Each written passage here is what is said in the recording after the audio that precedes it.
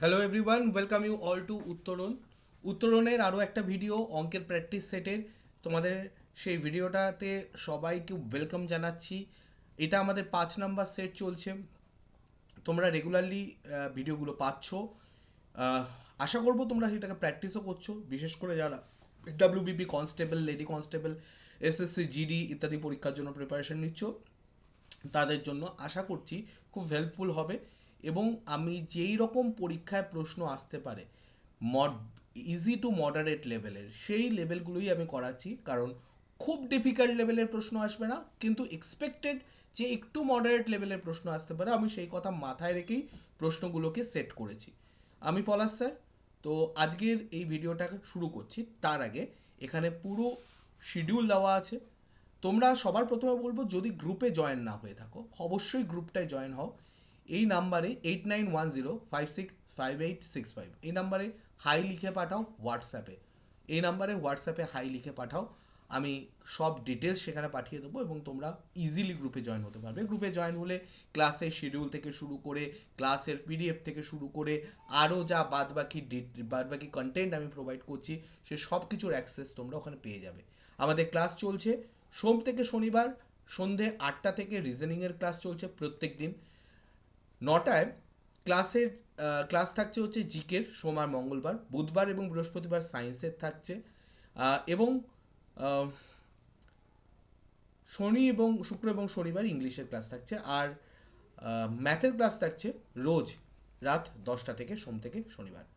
আমি পলাশ স্যার, তোমাদের math reasoning. Suman sir নিচ্ছেন ইংলিশের ক্লাস, ফিরোজ স্যার নিচ্ছেন সায়েন্সের ক্লাস এবং শোভন স্যার নিচ্ছেন জেনারেল নলেজের ক্লাস। এই ক্লাসগুলো তোমরা আশা করছি রেগুলার বেসিসে ফলো করছো। তো চলো, আর আজকে কথা না বাড়িয়ে ক্লাস শুরু করা যাক। আজকে প্রথম প্রশ্ন, যেটা আগের দিনের হোমওয়ার্ক ছিল, তোমরা হোমওয়ার্কগুলো অবশ্যই কিন্তু প্রত্যেকদিন ক্লাসের শেষে এটা বলা হচ্ছে সেটা করে কমেন্টে জানাবে।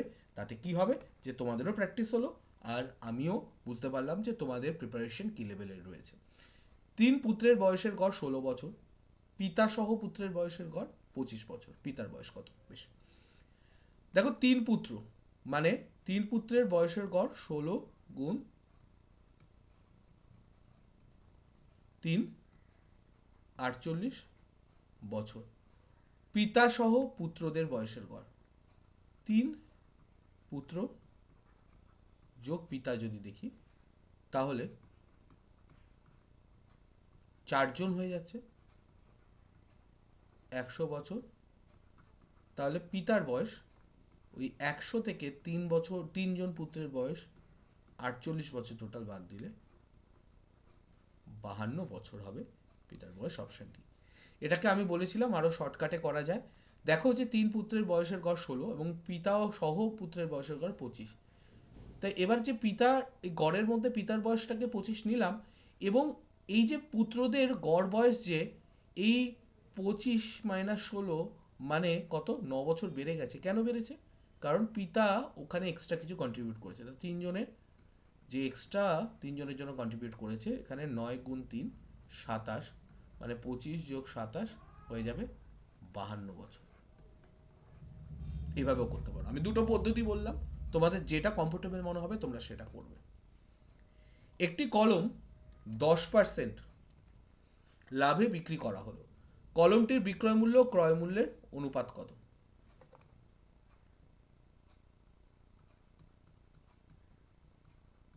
10% লাভ মানে কি? যদি ক্রয় মূল্য হয় 100 টাকা, লাভ হবে 10 টাকা, এবং বিক্রয় মূল্য হবে 110 টাকা। বিক্রয় মূল্য ক্রয় মূল্যের অনুপাত কত? বিক্রয় মূল্য এবং ক্রয় মূল্যের অনুপাত, কোনটা আগে আছে কোনটা পরে আছে দেখবে। বিক্রয় মূল্য 110, ক্রয় মূল্য 100, 11:10। অপশন এ এখানে কারেক্ট আনসার।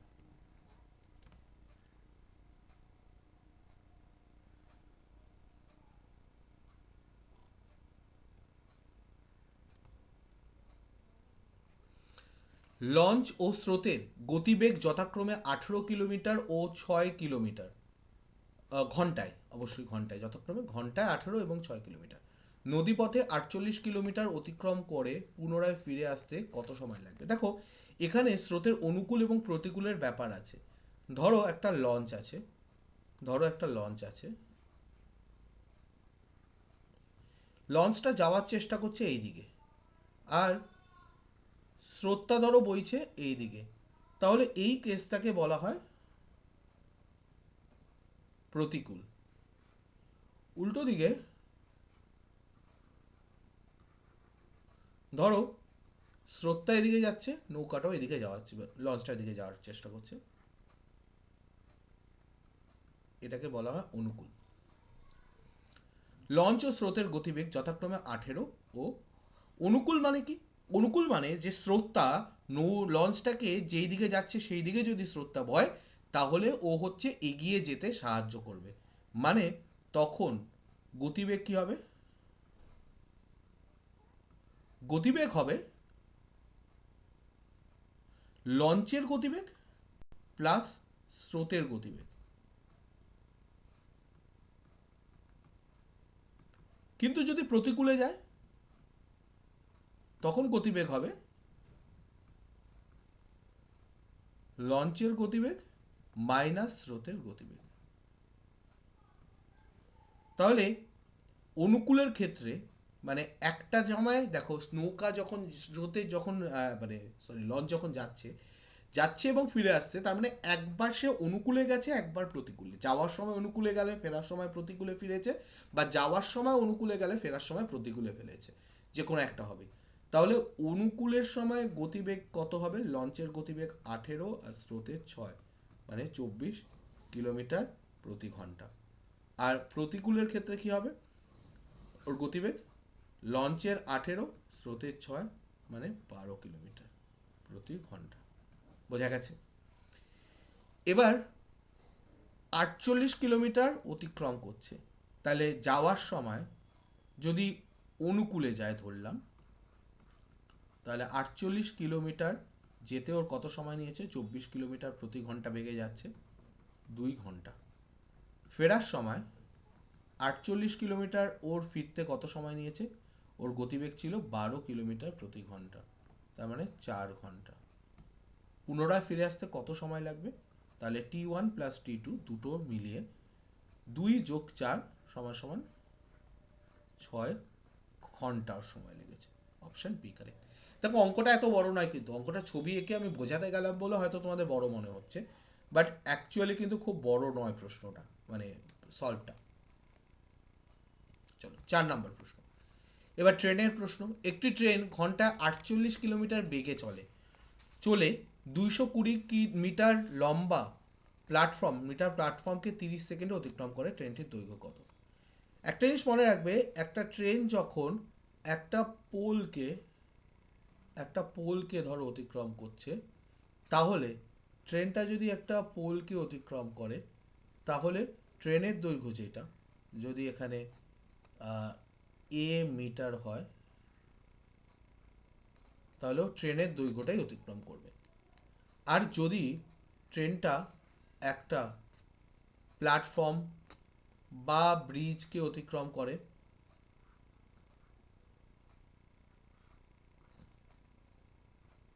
ধরো এরকম কোনো ব্রিজকে অতিক্রম করছে বা প্ল্যাটফর্মকে অতিক্রম করছে, সেক্ষেত্রে ট্রেনের যা দৈর্ঘ্য এ মিটার প্লাস ব্রিজের যা দৈর্ঘ্য বি মিটার, টোটালটা অতিক্রম করবে এ প্লাস বি মিটার, আর এখানে অনলি এ মিটার। মানে ট্রেন যখন একটা স্থির গাছ বা পোস্ট বা দাঁড়িয়ে থাকা লোককে অতিক্রম করছে, তখন সে তার নিজের দৈর্ঘ্য অতিক্রম করছে, এবং যখন সে একটা ব্রিজ, স্টেশন বা প্ল্যাটফর্ম বা কোনো টানেলকে অতিক্রম করছে, তখন সে নিজের দৈর্ঘ্যের সাথে সাথে ওই যেটাকে অতিক্রম করছে তার দৈর্ঘ্যকে অতিক্রম কাউন্ট করা হবে। এখানেও দেখো এইটার দৈর্ঘ্যকে কাউন্ট করা হয়, কিন্তু এদের চওড়াটা এতটাই কম, হয়তো 1 মিটারও, মানে 1 মিটার কি আরও কম আর কি, কয়েক সেন্টিমিটার, তো এটাকে নেগলিজিবল বলা হয়। তো সেক্ষেত্রে এইটার লেন্থ অতিক্রম করা মানে ও নিজের লেন্থই অতিক্রম করছে। আচ্ছা চলো এবার আসা যাক এমন প্রশ্নে, একটি ট্রেন ঘন্টায় 48 কিলোমিটার বেগে 220 মিটার লম্বা প্ল্যাটফর্মকে 30 সেকেন্ডে অতিক্রম করে, তাহলে 30 সেকেন্ডে কতটা যায়? দেখো 48 কিলোমিটার প্রতি ঘন্টা বেগ, 48 কিলোমিটার প্রতি ঘন্টায়, একে যদি মিটার পার সেকেন্ডে আনতে হয় সব সময় এর সঙ্গে 18/5 গুণ করে দাও, সরি 5/18 গুণ করে দাও, তাহলে এটা মিটার পার সেকেন্ডে আসবে।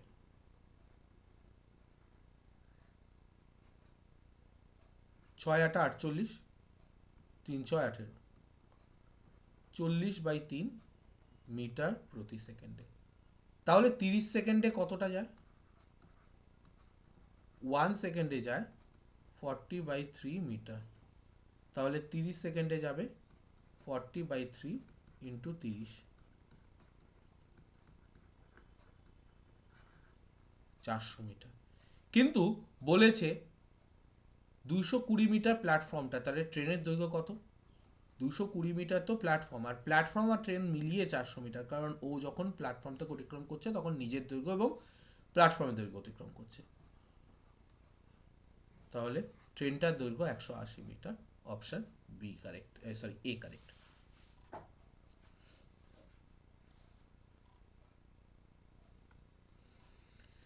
একজন লোক সপ্তাহে 4,500 টাকা আয় করেন এবং 3,000 টাকা ব্যয় করেন, তার আয়ের সাথে সঞ্চয়ের অনুপাত কত হবে? সপ্তাহে 4,500 টাকা আয় করেন এবং 3,000 টাকা ব্যয় করেন, তার আয়ের সঙ্গে সঞ্চয়ের অনুপাত কত? আয় কত? পুরোটাই সপ্তাহের বেসিসে দিয়েছে, আমার আর এটাকে কোনো কনভার্ট করার দরকার নেই। 4,500 টাকা, ব্যয় কত? 3,000 টাকা। মনে রাখবে আয় যেটা হয় সেটা ব্যয় এবং সঞ্চয়ের সমষ্টি, মানে যা ব্যয় করলো বাকিটা সঞ্চয় করবে, বা যা সঞ্চয় করলো তার বাদে বাকিটা ব্যয় করবে। তাহলে এখানে সঞ্চয় কত টাকা? আয়ের থেকে ব্যয়টা বাদ দিয়ে দাও, তাহলে 1,500 টাকা। তাহলে বলছে আয়ের সঙ্গে সঞ্চয়ের অনুপাত, আয় অনুপাত সঞ্চয়। আয় কত? 4,500, অনুপাত সঞ্চয় কত? 1,500। দুটো শূন্য কেটে গেল, 15 দিয়ে 1 আর 3, 3:1। Option B correct.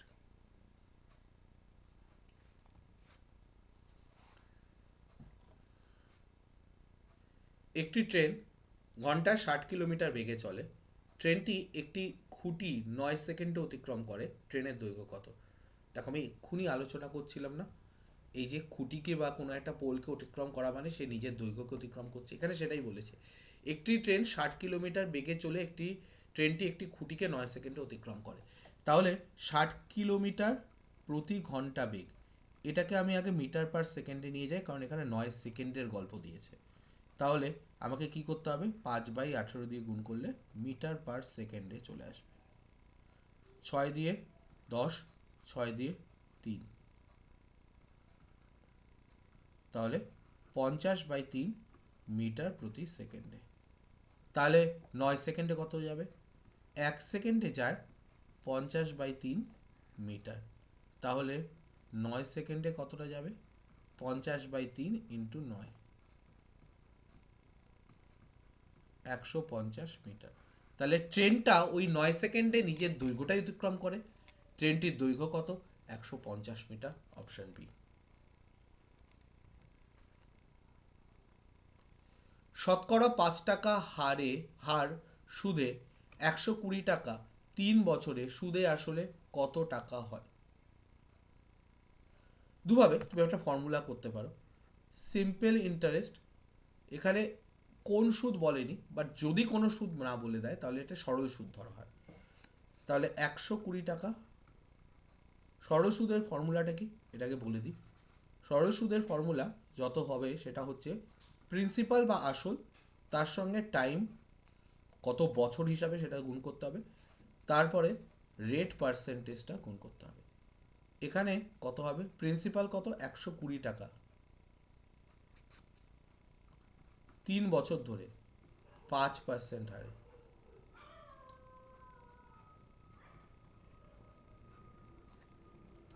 তাহলে 3 × 6 18 টাকা।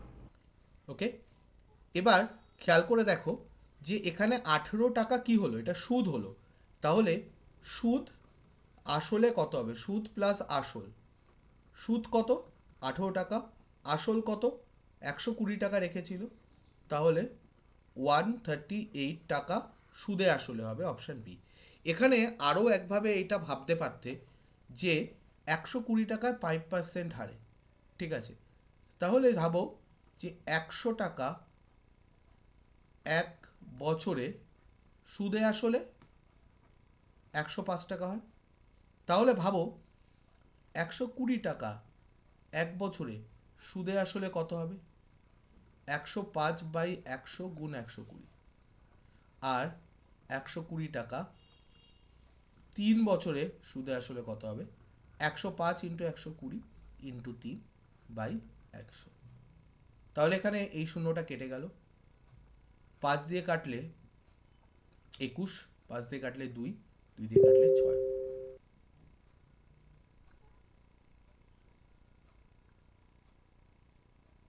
তিনশো 18, 18 অক্ষে 18, হাতে 1, 18 দুগুণে 36, একে 37।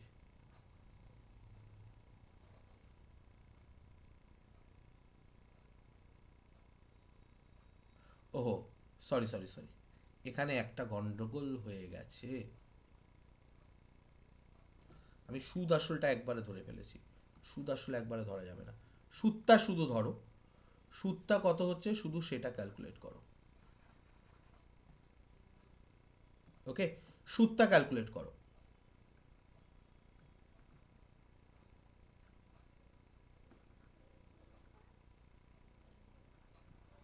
টাকা, তাহলে সুদ আসল হচ্ছে 120 প্লাস 18, 138 টাকা। ফর্মুলাটা ইজি মনে হতে পারে, ফর্মুলাটা ইজি মনে হলে সেক্ষেত্রে ফর্মুলা দিয়ে করো, কোনো সমস্যা কিছু নেই। নৌকা ও স্রোতের বেগ যথাক্রমে ঘন্টায় 18 কিলোমিটার এবং 6 কিলোমিটার, নদীপথে 72 কিলোমিটার অতিক্রম করে পুনরায় ফিরে আসতে কত সময় লাগবে। এই টাইপের একটা নাকি এই অঙ্কটাই করলাম, এই টাইপেরই একদম, মানে নাম্বারও প্রায় একই ছিল। 18 আর 6 কিলোমিটার নদীপথে যাচ্ছে আর আসছে, আমি যেটা বোঝালাম অনুকূল একটা একটা প্রতিকূল হবে, যাবে অনুকূলে প্রতিকূলে ফিরবে, বা প্রতিকূলে যাবে অনুকূলে ফিরবে। অনুকূলের গতিবেগ 18 প্লাস 6 24 কিলোমিটার প্রতি ঘন্টা, প্রতিকূলে 18 মাইনাস 6 12 কিলোমিটার প্রতি ঘন্টা। তাহলে দেখো 72 কিলোমিটার যখন অনুকূলে যাচ্ছে, সেটা যাওয়া হোক বা আসা হোক, ও সময় নিচ্ছে 3 ঘন্টা, আর 72 কিলোমিটার যখন ও প্রতিকূলে যাচ্ছে তখন 12 কিলোমিটার প্রতি ঘন্টা বেগ পাচ্ছে, তাহলে 6 ঘন্টা। টোটাল কত লাগছে, যাওয়া আসা মিলে 9 ঘন্টা, অপশন সি। একই টাইপের অঙ্ক, তো প্র্যাকটিসও হয়ে গেল। 12.5% ক্ষতি হলে ক্রয় মূল্য বিক্রয় মূল্যের অনুপাত কত। এবার কিন্তু ক্ষতি বলেছে, ঠিক আছে, যদি ক্রয় মূল্য 100 টাকা হয়, তাহলে ক্ষতি বলেছে 12.5 টাকা বা 12.5%, তাহলে বিক্রয় মূল্য ক্রয় মূল্যের থেকে কম হবে। তাহলে 100 টাকায় যদি 12.5 টাকা ক্ষতি হয়, তাহলে বিক্রয় মূল্য কত হবে, 87.5 টাকা। বিয়োগ করে দেখতে পারো, এটা খুব কমন একটা, 100 থেকে 12.5 মাইনাসটা কমন একটা নাম্বার, তো এটা বিয়োগ করলে 87.5 হবে। এবার আমি দুটোই জেনে গেছি, ক্রয় এবং বিক্রয় মূল্য, ক্রয় মূল্য আর বিক্রয় মূল্য। ক্রয় মূল্য কত, ক্রয় মূল্য হচ্ছে 100 টাকা, বিক্রয় মূল্য হচ্ছে 87.5 টাকা। 100 দিয়ে 10 দিয়ে যদি গুণ করি, এটা 1000 হয়ে যাবে, এটা 875 হবে। 25 দিয়ে 3 25 75, 125, 5 25 দিয়ে 40, 5 দিয়ে 7, 5 দিয়ে 8, 8:7, 7:8 নয় কিন্তু 8:7, ক্রয় মূল্যটা আগে বসবে, বিক্রয় মূল্যটা পরে বসে অনুপাত বের হবে। খেয়াল রাখবে এই জায়গাগুলো যেন গন্ডগোল না হয়ে যায়। 10 নম্বর প্রশ্ন, 5% হারে কত সময়ে 500 টাকার মুনাফা 100 টাকা হবে? 500 টাকায় লাভ 100 টাকা হবে। তাহলে আসলটা কত? 500 টাকা। মুনাফা বা লাভ মানে সুদ 100 টাকা। এবার আবার সেই ফর্মুলাটায় বসাই, ঠিক আছে? দুভাবে ঐকিক নিয়ম বলে দিচ্ছি। যদি সুদটা 100 টাকা হয়, তাহলে আসল যদি 500 হয়, ফর্মুলা কি? সিম্পল ইন্টারেস্ট সমান সমান আসল গুণ সময়, সময়টা আমরা জানি না, ওইটাই বের করতে হবে, গুণ কত হারে সুদ, 5% হারে, 5/100। তাহলে টি ইজ ইকুয়াল টু 100/5×5=25, 4 বছর সময় লাগবে। এটাকে এইভাবে বলতে পারো, 100 টাকায় 5 টাকা লাভ হয়,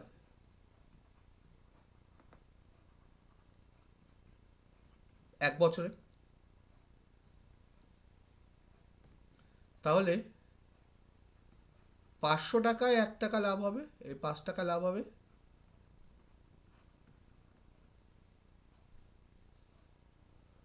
দেখো 500 টাকায় যদি 5 টাকা লাভ হতে হয়, আরো কম সময় লাগবে, তাই না?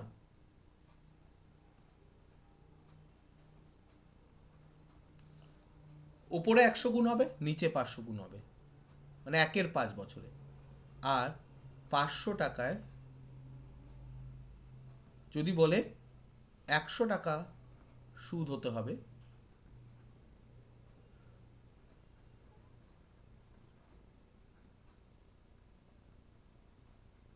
গুণ 5, দুটো শূন্য এখানে কেটে দিলাম, 5 দিয়ে এটা কাটলে 20, 5 দিয়ে আবার কাটলে 4, তাহলে 4 বছর। দুটো পদ্ধতিই বলে দিলাম, তোমার যেটা তোমাদের সোজা মনে হয় সেটা করবে, অ্যান্সার তো সেমই আসবে, এ 4 বছর। 11 নম্বর প্রশ্ন, একটি শ্রেণীতে 35 জন বালক ও 63 জন বালিকা আছে, বালক ও বালিকার অনুপাত কত? খুব সোজা, কি আর করবো এটা, বালক আর বালিকার অনুপাত 35:63, 7 দিয়ে 5, 7 দিয়ে 9, 5:9, অপশান বি। রহিমের বয়স 12 বছর, রহিমের বয়স করিমের বয়সের 3 গুণ। রহিমের বয়স 12 বছর,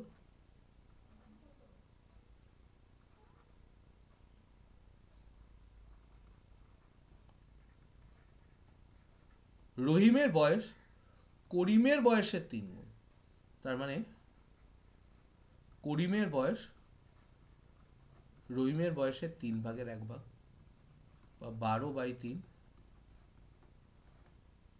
4 বছর। যখন রহিমের বয়স করিমের বয়সের দ্বিগুণ হবে, তখন রহিমের বয়স কত হবে? যখন রহিমের বয়স করিমের বয়সের দ্বিগুণ হবে, ধরে নিলাম, ধরি n বছর পর হবে, তাহলে মানে দ্বিগুণ হবে, যখন রহিমের বয়স করিমের বয়সের দ্বিগুণ হবে।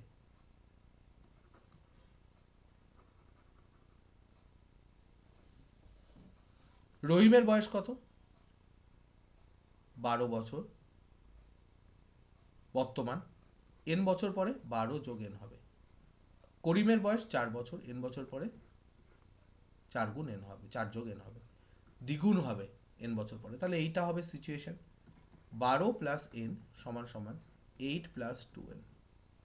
তাহলে n 2n মাইনাস n কত? 12 মাইনাস 8, মানে n সমান সমান 4 বছর। 4 বছর পরে এই ঘটনাটা ঘটবে, তাহলে রহিমের বয়স তখন কত হবে?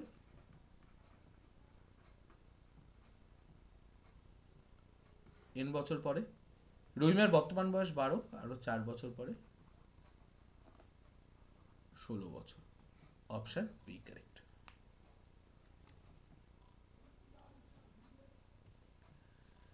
100 মিটার দীর্ঘ একটি ট্রেনের গতিবেগ 48 কিলোমিটার ঘন্টায়। ওই ট্রেনটি 30 সেকেন্ডে একটি সেতু অতিক্রম করে। সেতুটির দৈর্ঘ্য কত? ওই আগের অঙ্কটার মতোই, 48 কিলোমিটার প্রতি ঘন্টায় যদি ওর গতিবেগ হয়, এটাকে 30 সেকেন্ডে কতটা যায় আগে দেখি। প্রতি সেকেন্ডে গতিবেগ কত, তার জন্য 5/18 দিয়ে গুণ করতে হবে, মিটার পার সেকেন্ড বেরোবে। ওকে, তাহলে কি করতে হবে? 2 দিয়ে কাটলে 20, 2 দিয়ে কাটলে 9, আর কিছু হচ্ছে না। ঠিক আছে, না হলেও অসুবিধা নেই, যেইভাবে আসছে সেইভাবে ছেড়ে দাও, পরে তো কেটেই যাবে।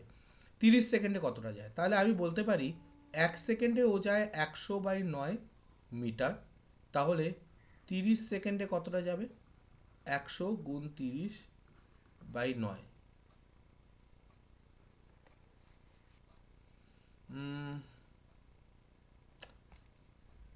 আচ্ছা 48 কিলোমিটার ছিল, সরি আমি এই ভুল লিখেছি।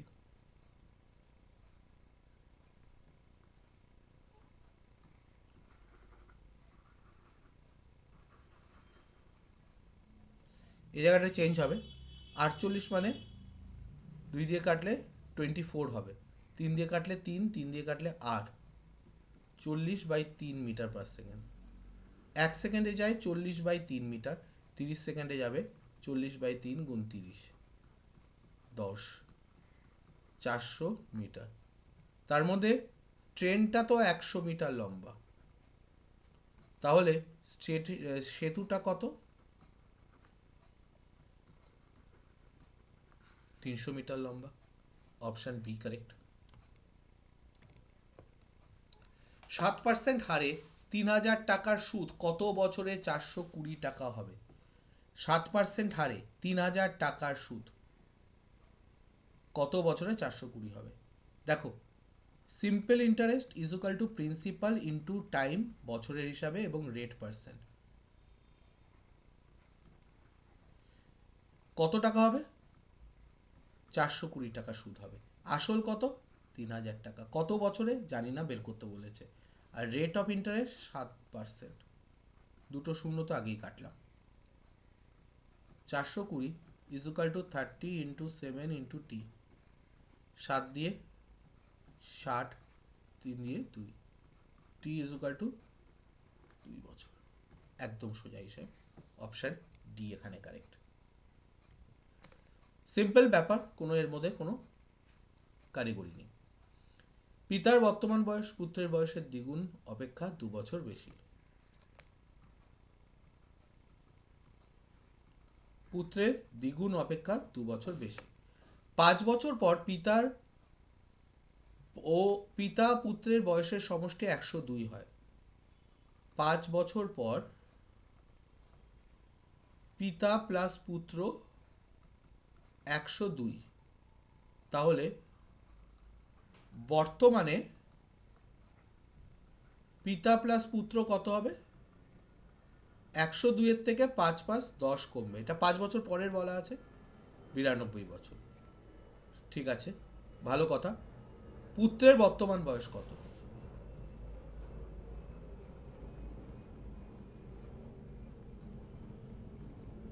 এবার দেখো, আমি এটাকে একটু কায়দা করে লিখি। পিতা প্লাস 2 ইন্টু পুত্র, বলি পুত্র প্লাস পুত্র প্লাস 2, 2 গুণ বাজে, এটাকে দুটো পুত্র করে দিলাম। আচ্ছা, এখানে তো সমষ্টি বলা আছে,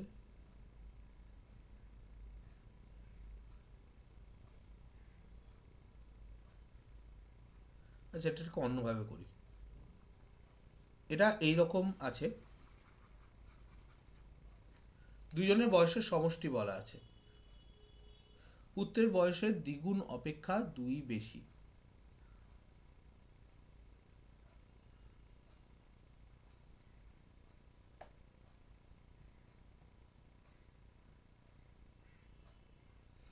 আচ্ছা, এখানে এটাকে একটু অন্যভাবে ভাবা যাক।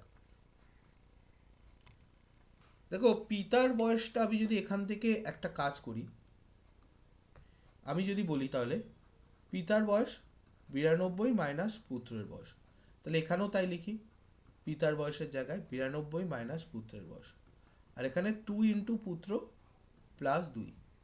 তাহলে আমি বলতে পারি পুত্রটাকে এইদিকে নিয়ে যাই, তাহলে এর সঙ্গে যোগ হয়ে গেলে 3 ইন্টু পুত্র হয়ে যাবে, আর 92 থেকে এইটাকে এইদিকে নিয়ে গেলে মাইনাস হয়ে যাবে, তাহলে 90। তাহলে পুত্রের বয়স কত? 90/3, দ্যাট ইজ 30 বছর। পুত্রের বর্তমান বয়স কত? 30 বছর।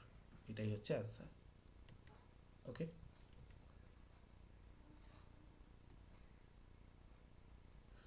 তো এই ছিল আজকের আমাদের অঙ্ক। এবার এটা হোমওয়ার্ক থাকবে, এটা তোমরা হোমওয়ার্ক বাড়িতে করবে। 4% হারে 1000 টাকার 8 বছরের সুদ আসলে কত হবে? খুব সোজা, এই টাইপের আমরা একটা করেওছি আজকে, এমনিতেও খুব সোজা। হোমওয়ার্কটা করে এটা তোমরা কমেন্টে জানাবে। তো এখানেই শেষ করছি আজকের ক্লাসটা। ভিডিওটা যদি ভালো লাগে অবশ্যই লাইক করো, শেয়ার করো বন্ধুদের সঙ্গে, এবং সাবস্ক্রাইব করে রেখো যাতে রেগুলার ক্লাসগুলো ফলো করতে পারো। Thank you so much.